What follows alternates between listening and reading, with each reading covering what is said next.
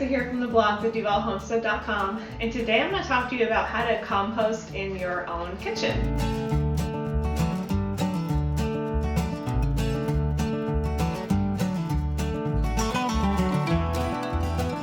Composting is actually very easy. I always thought it was a very complicated process to create soil and nutrients and then start gardening, but you can actually do it right here in your kitchen and just put it in your backyard. And if you're not already composting, you should definitely start, even if it's on a very small level, because it's actually a lot easier to compost than to throw food away. Not only is it less wasteful and you're reusing your food, but you're also saving on trash bags and space in your trash can.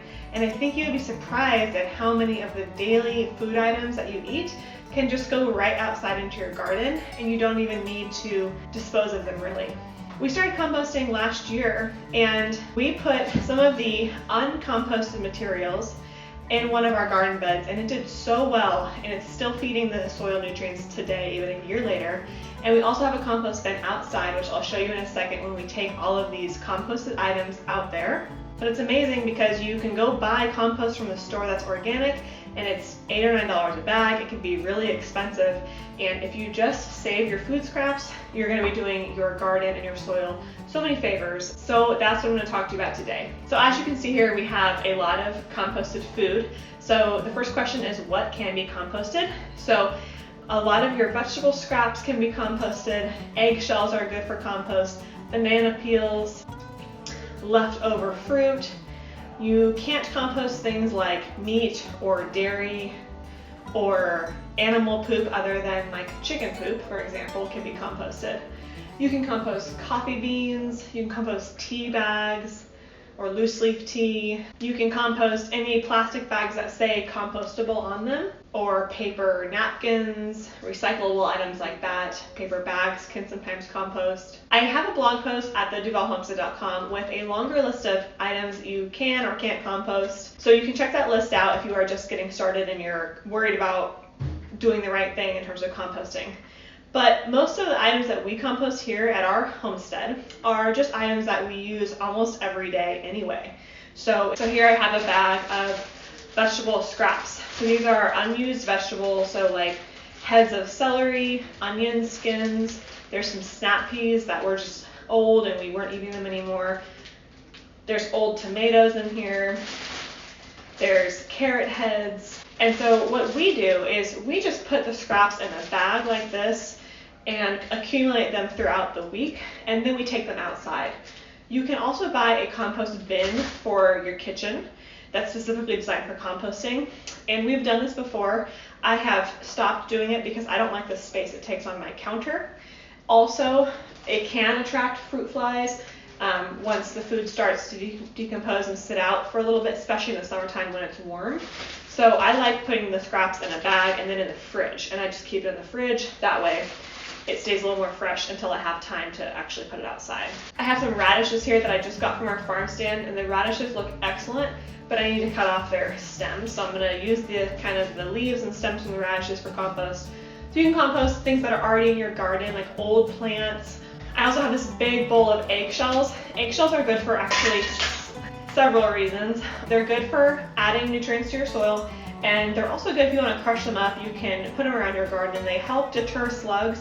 They don't deter them completely, but they help because the slugs don't like to go over sharp objects. So those are good for a lot of reasons. Also, if you have chickens, of course, they love eggshells. Adds calcium to their diet so they can make more eggs, of course. Now, one thing I want to note is that a lot of these things actually have dual purposes. So it might just be that you want to just start composting, but there are two other ways you can use a lot of these food scraps. So the first way is if you have backyard poultry. So if you have chickens, they will eat a lot of these same scraps. So they'll eat leftover tomatoes, they'll pick at leftover fruit or bananas or celery or peppers, especially the seeds inside of the peppers. They love those seeds.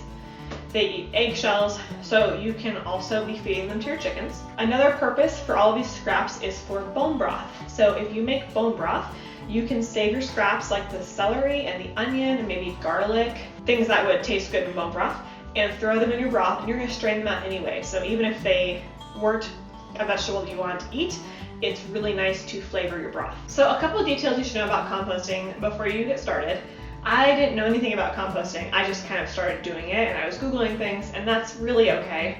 I will say I'm not an expert at this by any means, but what has worked for us in our small little homestead, if we just want to compost these basic scraps into our basic garden, is to let them decompose for about a year.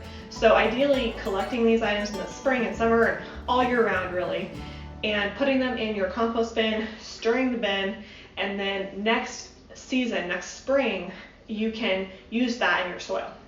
Now, actually this isn't how we did it the first time. First time, we just started adding it to the compost bin, and then we were ready to plant a few months later. And so we took all of the compost out of the bin, even though it wasn't decomposed yet, and we put it in a garden bed kind of on the bottom, and then we layered topsoil on top. And so it's really actually very effective because it will keep decomposing and keep adding nutrients to the soil. So if you think that you need some fancy contraption to create soil and to compost, you really don't. You can just start with some scraps here and some dirt and go from there. So let's take this outside and I'll show you our compost bin.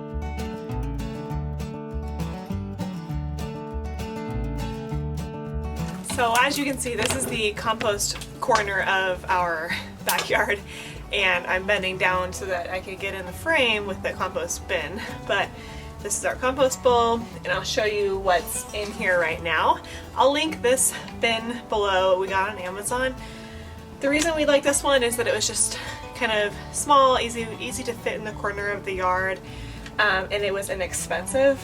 Some of the bins are a lot more expensive because they have a crank function to turn them, which is very helpful.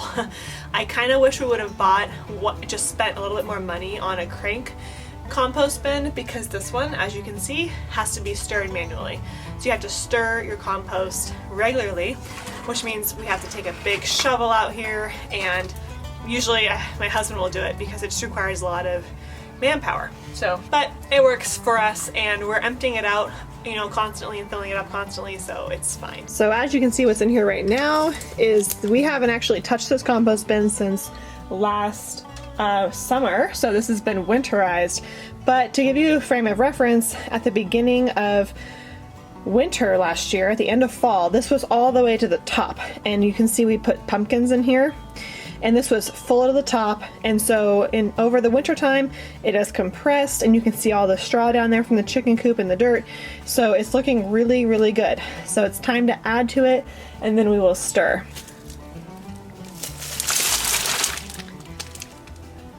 Alright, well, I hope this was helpful to teach you how to compost for the first time in your backyard or just in your kitchen, making it so easy to reuse your scraps, recycle them, and actually add nutrients to your soil for free so you can start your own little backyard garden.